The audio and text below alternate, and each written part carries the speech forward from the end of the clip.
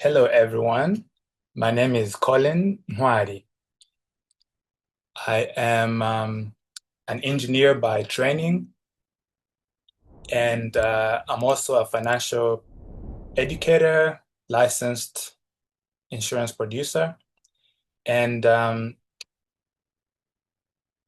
today I'm going to be discussing with you a topic that is very, very common in our world today. You hear a lot of people say money is tight, and I've been there. And I had to learn how to get myself out of there because it's not a good place to be. And so today I have five, like a practical workshop to help you get out of that if you happen to be in that, or even in the future if you happen to be in that situation. So I wanted to give people just a few more minutes to make it, a couple more minutes to join. So I want to start off with a little exercise. I made mini app. If you want to scan your QR code, it's called the Money GPS. This one is called the Money GPS. So if you want to scan the QR code, um, you can use your phone or you can use your laptop. I'll also share the link just in case that's a little easier for you. And then we're going to do a little exercise with you. Okay. Let me know when you're there. By the way, this is going to open. If you open it on your phone, it's going to be a view only. So click the little three dots in your top right corner, and then click on Make a Copy. Okay, so that way you'll be able to edit and put in some numbers. So now once you have it open, um, this is now your own copy of the Money GPS. Okay, no one can see this except you. And you don't have to share it with anybody. This is all for your own personal use. And I want you to put in numbers where you see the blue boxes, okay? Everything else will be calculated automatically. You don't need perfect numbers, just use estimates, okay? And try to use conservative estimates. Don't put in your best month. Try to put in the average or even slightly below to be conservative, okay? So for now, don't try to fix anything, just show you where you are currently. All right, just for the interest of time, keep that sheet open, okay? If you used it, we're going to come back to it later because tonight really starts with one question. What do you do when money already feels super tight? Okay? Because today we're trying to find breathing room, a way to also protect the people who depend on you and start building from where you are. So this talk, I shouldn't take more than 30 minutes. And by the end, you won't fix your whole financial life, but you should leave knowing your next best move. Okay. Unfortunately, many problems become a lot easier to think about when we put them in the right order. Okay. So this is the entire conversation tonight. 5 moves.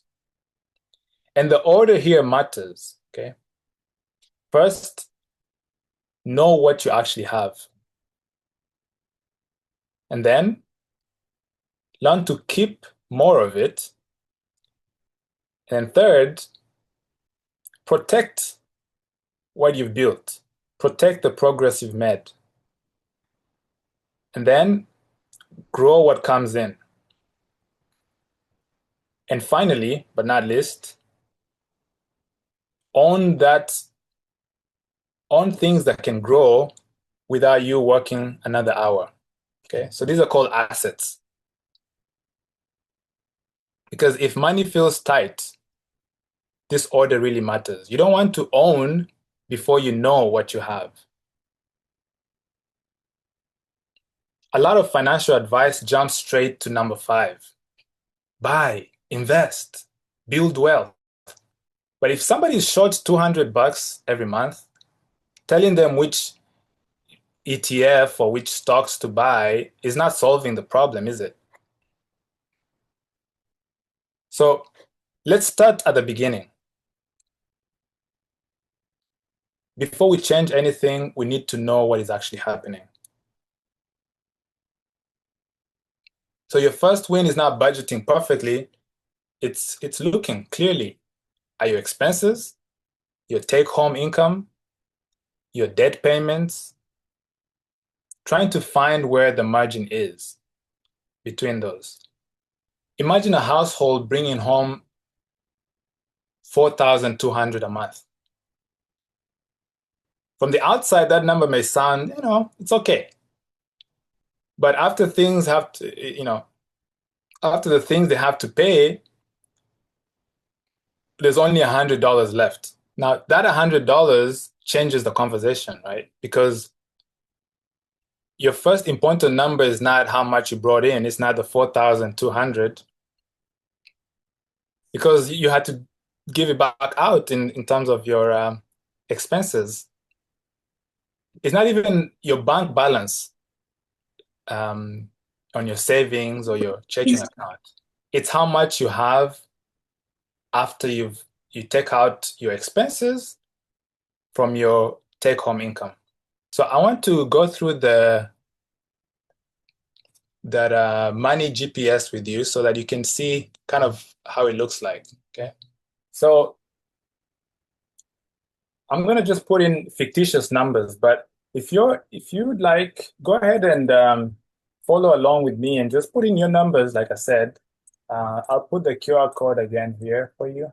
So let's imagine I am taking home 3,800. Okay, that's my salary. And then on the side, maybe I do DoorDash and I make $200 per month. Okay. And then I live in California, so the rent is a little steep. Let's say it's 1,500. Then I put in transportation for my fuel, $500. And then I spend another 550 on food. And then for my bills, including my phone, power, insurance, for my car and everything, comes out to $450. And then once in a while, I will have some spending, miscellaneous spending. Maybe I go out with some friends or I buy a toy for $250. And then I have some debt. Okay, so this is not my mortgage. This is just debt that I have for my student loans, $500. So just here, you'll see my results are I'm bringing in $4,000 per month and 3,750 is going out. So the margin that I have between what's coming in and what's going out is $250. That can't even sustain me for 1 month. Okay, so I have nothing left over, no savings. But now we want to, first of all, we need to increase this number and we need to increase the margin as well. Okay? So let's say I have some emergency savings on the side in my savings account just for rainy day of $700. Okay. And I happen to meet a friend of mine who's into investing, and they convinced me to put some money aside in some investment ETF, and I put in $100 every month. Okay. See now how it's changed. Now we have I'm investing 2.5% of my total into for retirement or for the future. But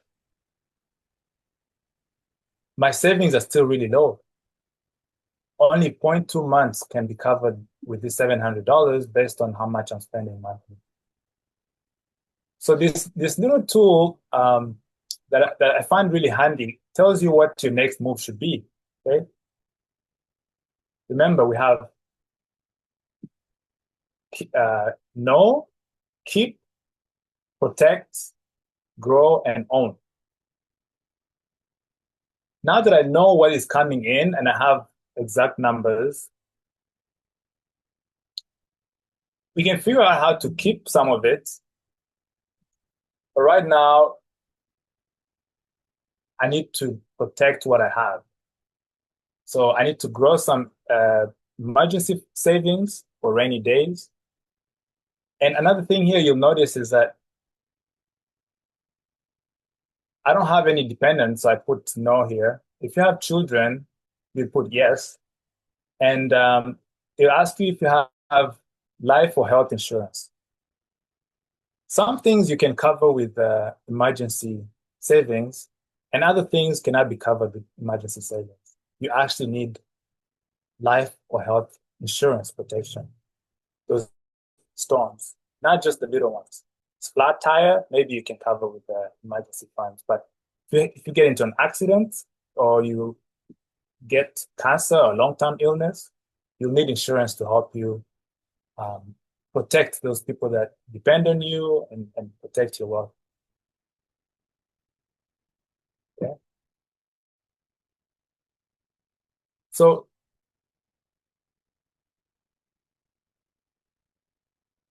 I need at least 250 to get to the point where I have decent emergency savings. So let's say I want to increase my income from 4,000 to 5,000 if possible. So my goal, I would put in here 1,000. Okay. Did anybody else get a different move when they did their own, when they put in their numbers, aside from protect? You can open your mic and share. I guess we all wanted to know how that works before we can know how to use it. Okay, absolutely, yeah. So it's pretty simple. You don't need to know how to use spreadsheets or anything. As long as you know how to put in numbers and you know how to read some of these, all you have to do is put in the numbers and the rest will be calculated. But sometimes you might have a lot of debt. Let's say, for instance, here for debt payments, you have 20,000. Okay.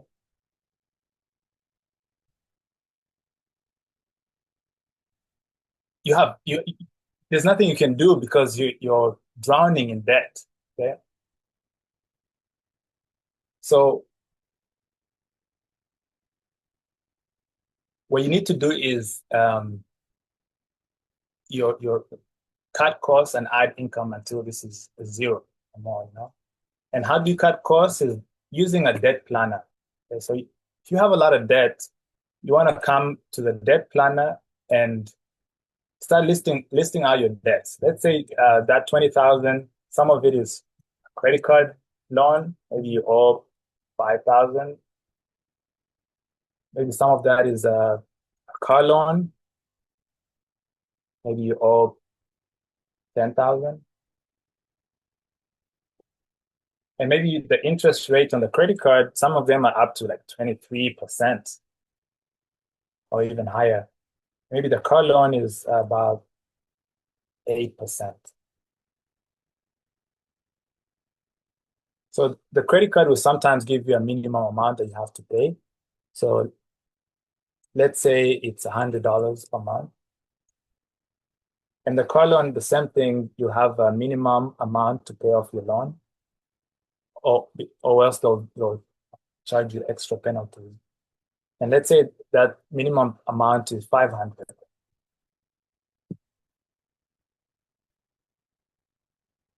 So the good thing here is that you can see what your total debt is, the minimum payments you have, um, the average interest rate, and it can also tell you what you need to do first. Like, okay, you need to pay more here because the interest rate is really high. So you're paying a lot in interest on top of just the principal you have. Even though this amount is more, you're paying a lot of interest.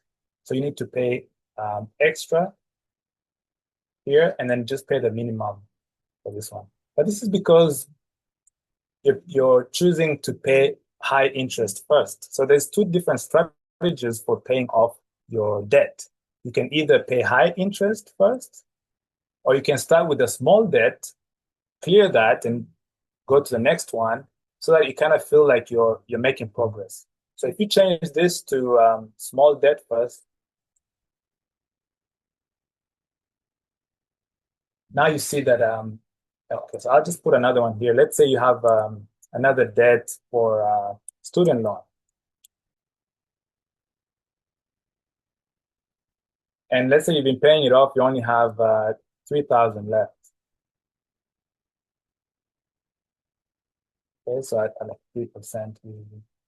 So you see how it changes it because we're using the strategy of smallest debt first. You'll be able to pay this one off in, let's say the minimum amount is, let's say, $50 per month. You'll be able to pay this one off in 66 months, whereas the credit card will take 45 months for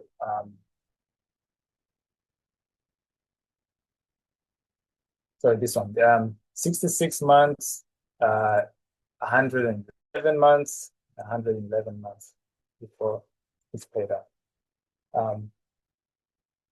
Okay. So let's just go back and talk about the 5 different um, things that we need to pay attention to when you feel like money is tight. Okay, so I'll just go back to the presentation here.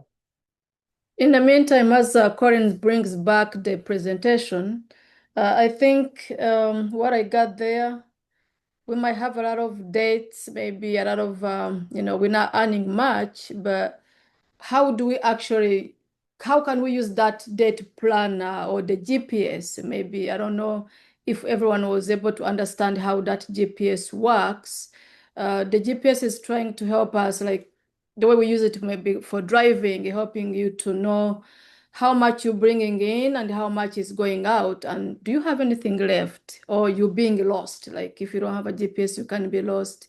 I know it is more practical, but maybe if anyone has some questions on that, yeah, he can go back into just making it simpler, just simplify it, maybe without now using numbers, but telling us how exactly, how advantageous using a GPS, managed GPS is for us. Just go back into layman's language and be able to simplify it, or even how to use that date planner. A date planner, can be like the budgeting, the usual budgeting we use. But that one is more elaborate and more practical. But even just using your regular budgeting, knowing that this is what I'm bringing in and this is what I'm paying out. Is there a way I can actually cut off some of my spending? Because most of the spendings are not all important. There is what we want and what we need. So if we are planning to trying to save something, can I minimize my needs, maybe just my wants, and just focus on my needs so that I'm able to save something? Collins, whenever you're ready, come back. And Yeah, yeah. Thank you so much, Ms. Immaculate, for that.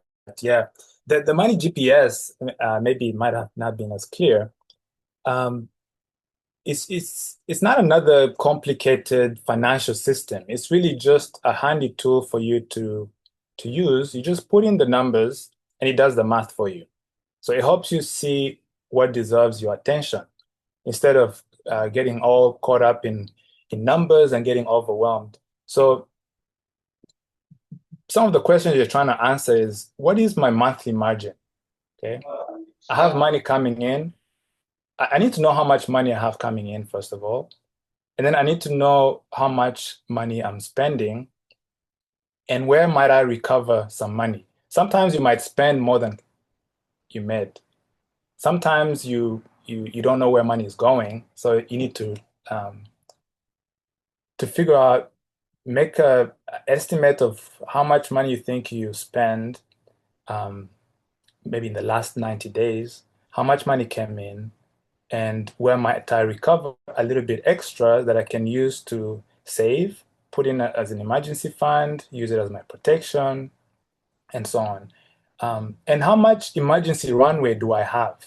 Okay, so you need at least 2 months of expenses saved away just in case something happens. You never know what the future might hold. So putting in some of these numbers in this money GPS, I call it, helps you get an assessment of what your financial health is at this moment in time.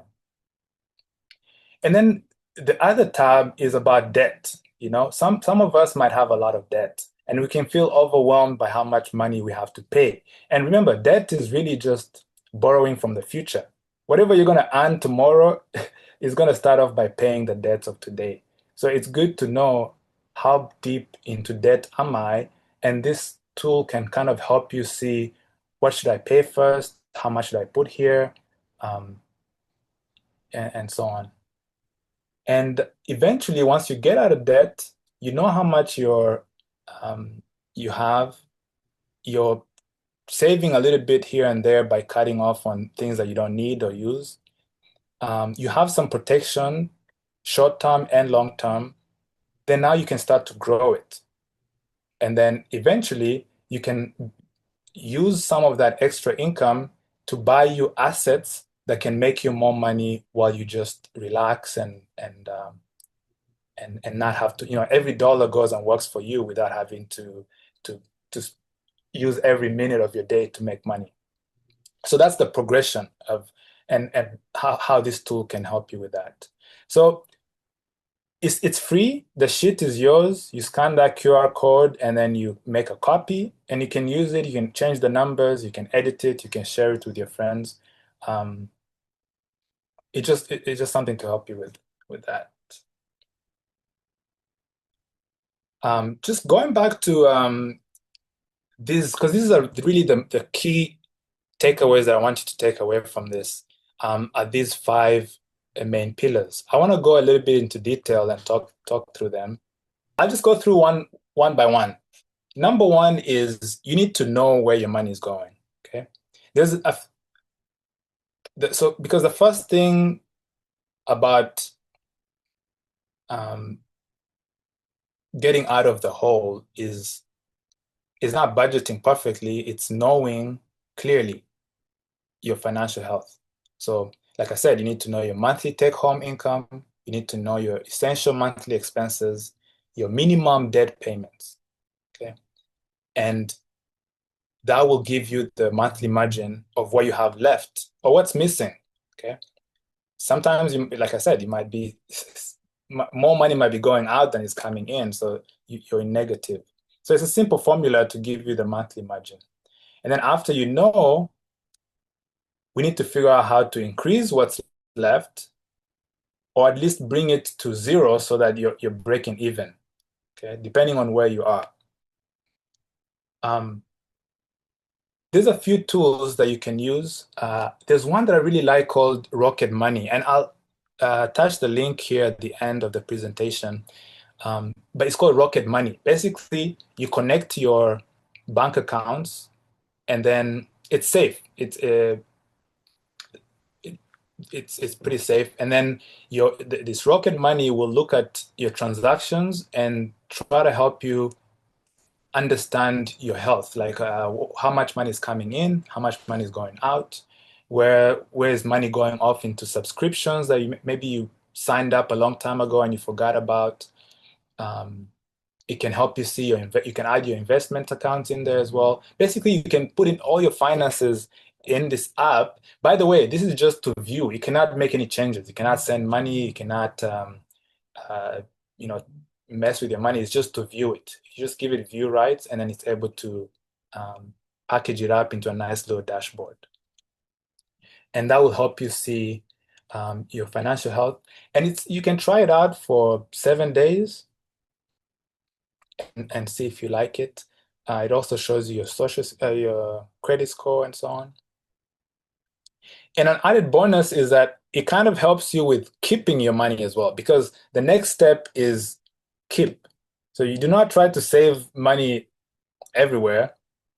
Find the big leaks first. Where are you spending unnecessary money? Hunt for your first $100 a month if possible.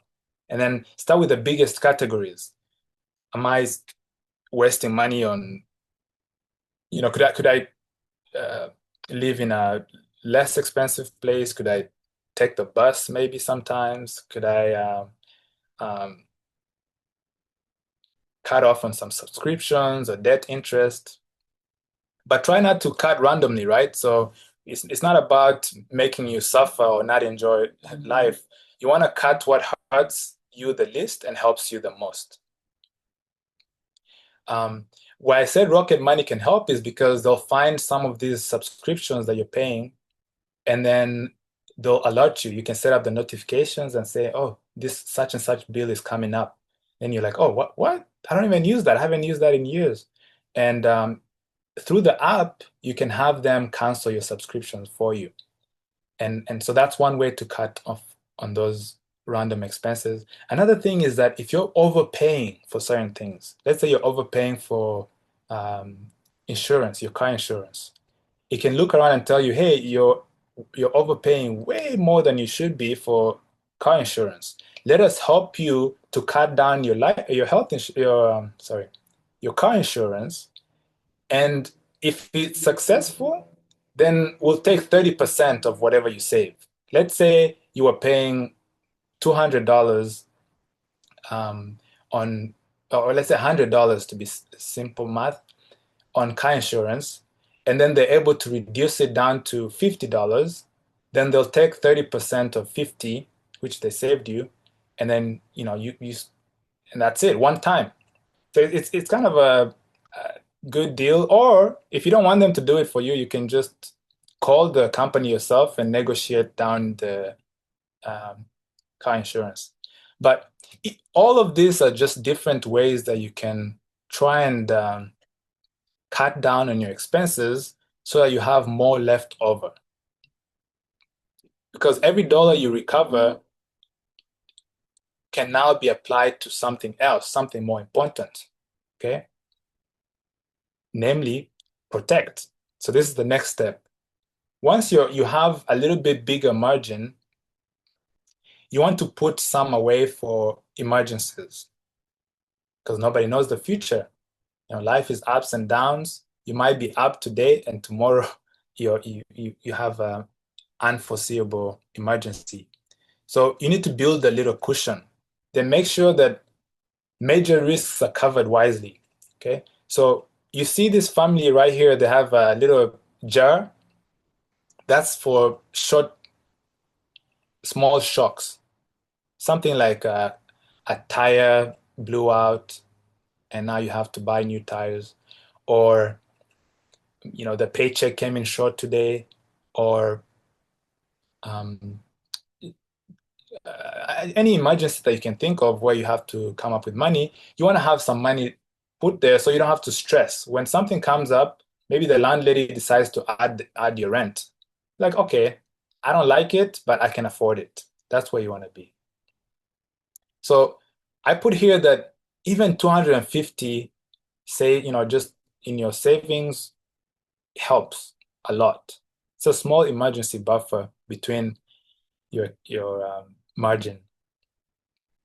So, but the goal is always to work towards 1 month of essential expenses covered by this emergency buffer, and then 2 months, and then 3 months, and then 4 months, up to at least 6 months for the ones that want to push it. And then there's some things, like I mentioned earlier, that cannot be handled by this emergency buffer. It's too small. If you got into a really bad accident, or God forbid you got a diagnosis of cancer, your emergency buffer is not going to help you. It's going to run out in 6 months. What are you going to do after that? Okay, so that's why IB Financial comes in, and or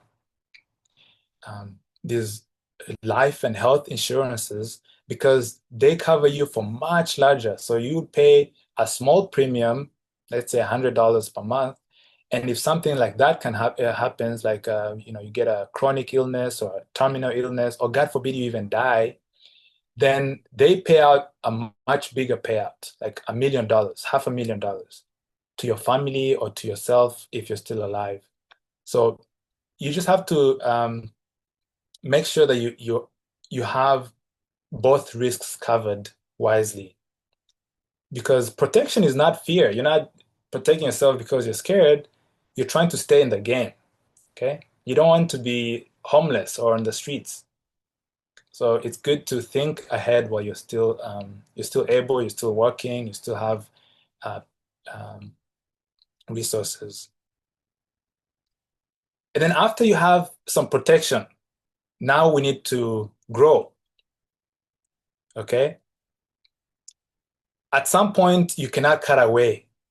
Um, you cannot cut your way forward. You have to earn more. Okay, because you you can only cut your Netflix bill to zero. That's it. There's a bottom, right? You cannot go any further. But the upside is open. There's no ceiling to how much you can make.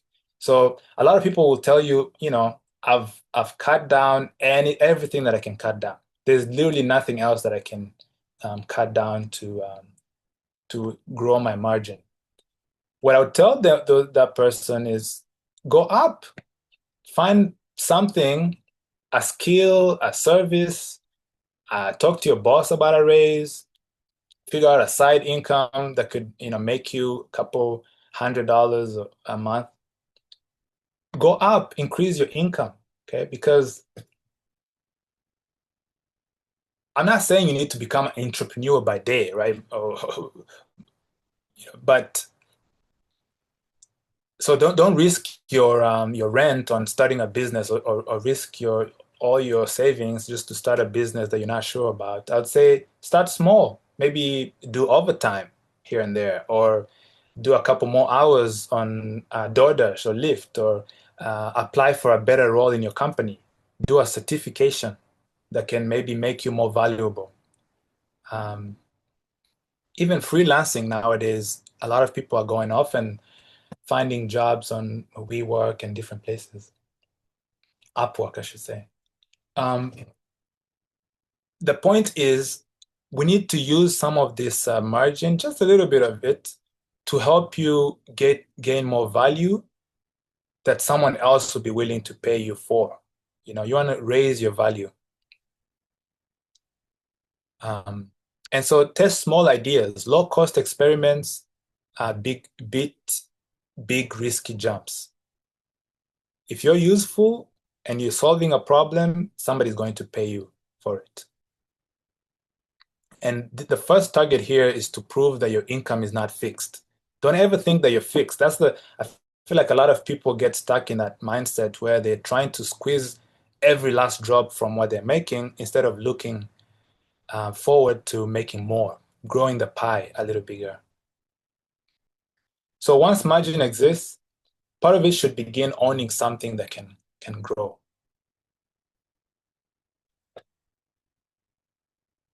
And last but not least is own. Okay. From surviving to owning gradually. The goal is not only to earn and spend, but you need to get assets that can make you money. Okay, so in financial terms, there's assets and there's liabilities. So liability is something that takes money out of your pocket. Like your car. Your car is, if you're not using it for DoorDash or rideshare or whatever to make you money, then it's taking money out of your pocket because you're spending money on insurance, on maintenance, on gas. Um, so it's not it's a liability. Now you want something that's an asset that can bring you money.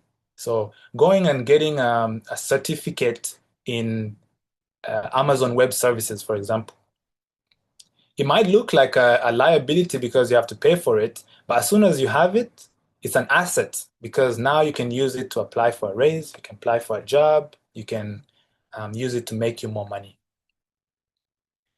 You could also start something small, like a small startup. For instance, Miss Immaculate started her own business as a life insurance agent.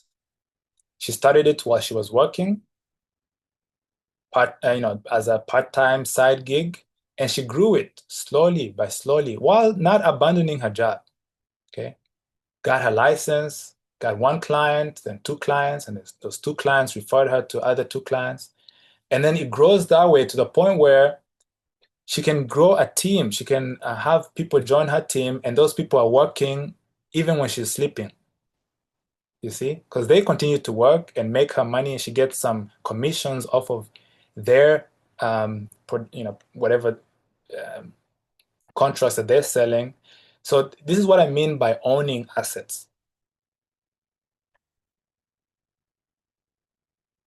It can become a lot over time. So it's like planting a tree that continues to grow fruit, and you pick the fruit and more fruit grow, and you pick the fruit and more fruit grow. So you can use simple, diversified, low-cost investment when you are ready. This is another way to have an asset because if you buy, if you invest in an index fund, for example, let's say the S&P 500, which is the 500 biggest companies in the United States, that index grows by 10% every year. So your money grows by 10% every year. So if you put in $100 and you don't touch it, you don't add anything else, next year it will be 110. The year after that, it'd be 120, so on and so forth. So, or 112. So that's one way to also invest into an asset. One more one is when you and I'll let Miss Immaculate talk about this later as well, is that there's certain types of products that she sells that don't only provide you with life and health insurance, but they're also an investment component to it. So you pay a premium to and one premium a month, and you get both life protection, health protection, and investment at the same time. And so it's a small fee, right? So if you and you put in like maybe $100 or $200 a month, and then maybe by year, let's say some of you here might be, let's say 30. In 30 years, if you come back to your account, you have not only are you covered in case something were to happen to you, for like let's say $500,000. If something was to happen to you, you get $500,000 to take care of your medical expenses, to take care of your lifestyle, or if you die, it goes to your beneficiary. Aside from that, you also have money that you've invested the last 30 years that has grown incredibly. I'll show you here when we're done. A calculator that you can also use, and I'll attach it as a link, as a resource as well, just to show you what compounding interest can do. But just to finish here, the 5 pillars, I want you to think and change your mindset to I'm not a spender, I'm becoming an owner. Through these 5 steps of knowing, keeping, protecting, growing, and owning, you're slowly going from a spender to an owner. Okay. Um, we've already done this one, but I'll share it so in case you don't have it, you can scan it again and just save it. But it's a simple sheet that gives you clarity, shows you some next steps that you can do based on the numbers that you put in, and also shows you follow through. So on the planner, for instance, you can continue to plan to how to cut down your debt.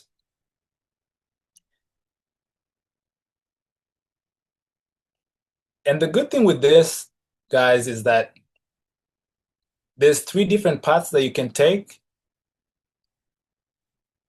and it's a different commitment, but it's the same path. All of it is taking you through all those 5 stages.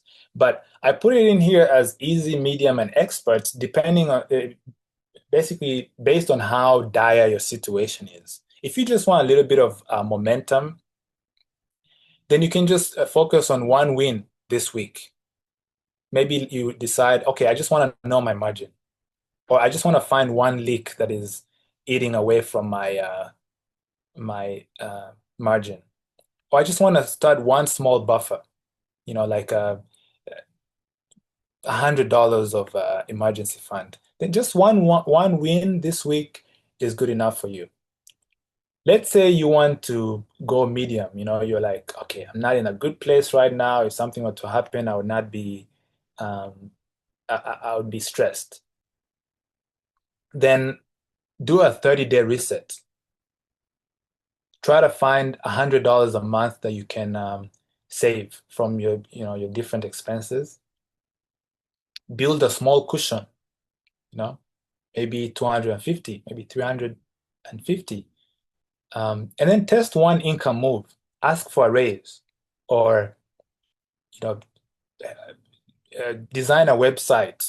Find, use AI. There's a lot of AI tools now, and if you reach out, I can share some that are doing incredible stuff, and just try it in your free time after work. Try it. Oh, there's one that I saw that is pretty cool. This guy goes on Airbnb, finds the most expensive houses there, and then uses an AI to create like a little video that shows inside the house and outside, like very nice video, and then just emails the host like, "Hey, do you want this video? Just pay me $100." And AI did it all. And you can do that in what, 30 minutes, 1 hour maybe, if you're a beginner. And so just try something like that and see if you can make a little bit more income. And then if you want to go the full expert mode, let's say you have children, you have a lot of debt, you're, maybe you had an extra income, but you've lost one of the jobs. Like you're in a very bad place at the moment and you want to really go for it. You need to track closely, restructure major expenses, maybe move to a smaller house. That maybe if you're living in a house that is 5 bedrooms, go to 3. Or if you're um, if you're driving a Mercedes, maybe buy a Corona, just to try and really get a hold of your expenses, and then try really hard to increase your income, and automate ownership. And there's a lot of uh, tools out there that can help you um, figure out how to increase your income as well. Okay, so I'll share them here as well. Certain sites that you can go to, you can put in your job title, your training, and they can show you like, hey, you're supposed to be making this amount of money. And if you look and you're like, okay, I'm not making that much, then go to your boss, be like, hey, the market rate is this. I need a raise. Or you can find freelance work that you can do to make some more money.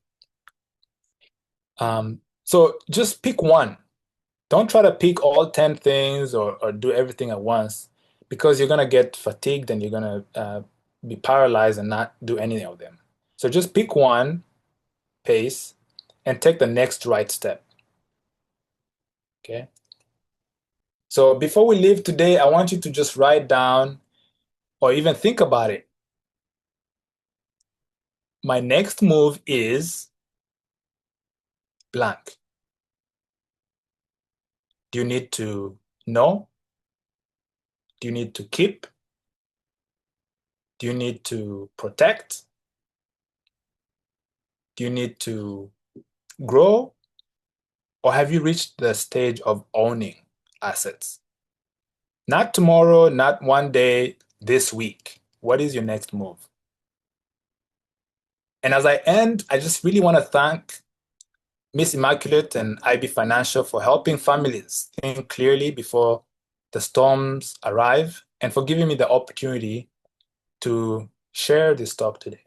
Again, my name is Collins. Thank you so, so much for your attention and your patience this evening. Have a great one. I'll open out to Miss Immaculate. Thank you so much, Collins. It looks like we went over our time. We're not gonna go through so much, but we want to thank you for sharing those tools. Because as always, the journey from financial survival to financial freedom, it always starts with everyone's actual intention or the choices we make. The topic was saying, keep more, protect more, grow more. Everything starts with a choice. We might not make enough money or a lot of money, but the choices again, the intentions, you don't have to save a lot. You can save even $50. Doesn't even have to be $100, but at least do something. And spendings and what takes our money will always be there. But again, if we're intentional on finding where to get something, to get some money to save, it is going to happen. So again, thank you so much, Collins. We're not going to keep people so long. Until next Thursday, our Financial Literacy Thursday is always here. We'll see you again. And for those who came a little late, we will share the recording. Have a great evening, everyone.